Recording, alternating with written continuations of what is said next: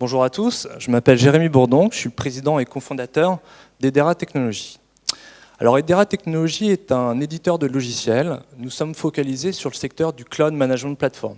C'est-à-dire que nous éditons un logiciel qui a pour vocation de gérer l'automatisation, l'orchestration et l'optimisation de l'ensemble des infrastructures de cloud, privées, publiques et donc hybrides, qui sont dans les entreprises et qui sont utilisées au quotidien par les équipes IT.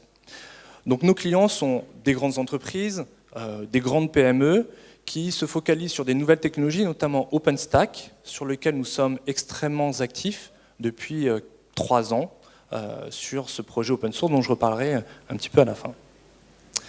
Alors, quel est le cœur de notre technologie? Notre cœur de technologie, c'est tout d'abord la capacité à déployer et à manager des services qui sont déployés sur vos différentes infrastructures. Alors ces services sont constitués de 2 blocs. D'abord, un bloc de ressources qui va permettre de gérer la partie build, c'est-à-dire création des services qui vont être déployés sur les infrastructures.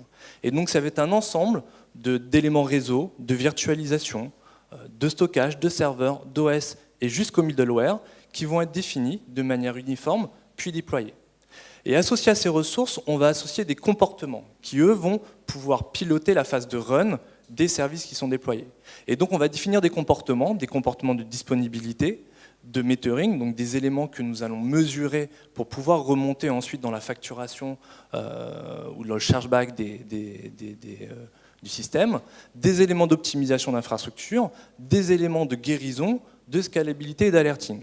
Et ces éléments de comportement sont regroupés dans un service, et c'est ce service qui va être déployé en un clic par les équipes IT ou par les utilisateurs via un self-service avec les outils d'automatisation, d'orchestration et donc d'optimisation pour faire en sorte que la qualité de service globale du service soit respectée, quel que soit le cloud sur lequel nous déployons.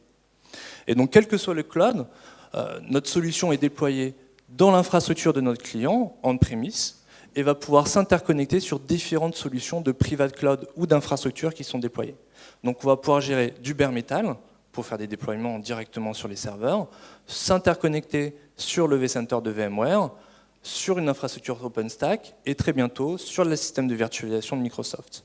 Et en parallèle, à côté, on va pouvoir gérer tout ce qui est cloud public avec Amazon qui est notre premier connecteur, puis toute une série qui va arriver rapidement, Azure, OVH, Google, et bien sûr tous les autres clouds qui sont sur OpenStack et dont l'API est commune avec le cloud privé. Donc voilà comment fonctionne notre solution, sans introduire aucun lock-in, sans être dépendant d'une technologie propriétaire comme celles qui sont dans les solutions de private cloud en dessous. Donc quelle est notre valeur ajoutée?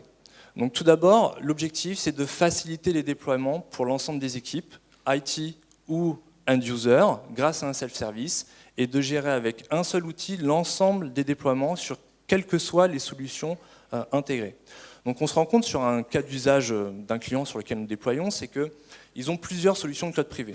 Ils ont leur infrastructure VMware existante, qui est là, qui ne bougera pas, peut-être que le scope va un peu se réduire, mais il restera présente. Ils étudient une solution comme OpenStack pour avoir plus de flexibilité, plus d'agilité pour certaines applications, et puis ils ont certaines, par exemple des sites promotionnels qui sont dans le cloud privé, dans le cloud public, pardon. Et donc ils veulent une solution qui permet aux équipes de déployer de manière uniforme sur chacun de ces clouds, voire de construire des applications qui peuvent, pour certains cas, avoir par exemple la base de données sensible sur VMware, le serveur applicatif qui est scalable sur un Amazon, et le serveur de présentation qui là a besoin de beaucoup de scalabilité sur un cloud public. Et donc de construire des scénarios hybrides où ce n'est pas une application à gauche, une application à droite, mais directement les différents tiers de l'application qui sont répartis. Et donc de gérer ce type d'usage implique de la complexité de management, implique du temps nécessaire pour faire le déploiement, implique une décentralisation et donc un pilotage plus compliqué. Et notre solution permet de simplifier, d'accélérer et d'optimiser l'ensemble des infrastructures de cloud qui sont déployées chez le client, quels que soient ces clouds. Très bien, Jérémy. Alors une question. OpenStack est-il pour vous une réelle alternative aux solutions cloud actuelles? Ouais, alors comme le disait la personne d'Ikula, en 2012, il ne fallait pas aller sur OpenStack. En 2013, il fallait dépenser beaucoup de moyens et beaucoup se sont cassés les dents. En 2014, OpenStack est mature. OpenStack, on voit de plus en plus de projets, proof of concept, voire de déploiement en production, qui sont mis en œuvre chez des grands comptes. OpenStack reste une technologie avec une approche radicalement différente de VMware et donc nécessite de l'accompagnement, des outils aussi pour le piloter, pour faciliter la mise en œuvre dans l'entreprise. Mais je le conseille maintenant. Très bien, merci, bravo.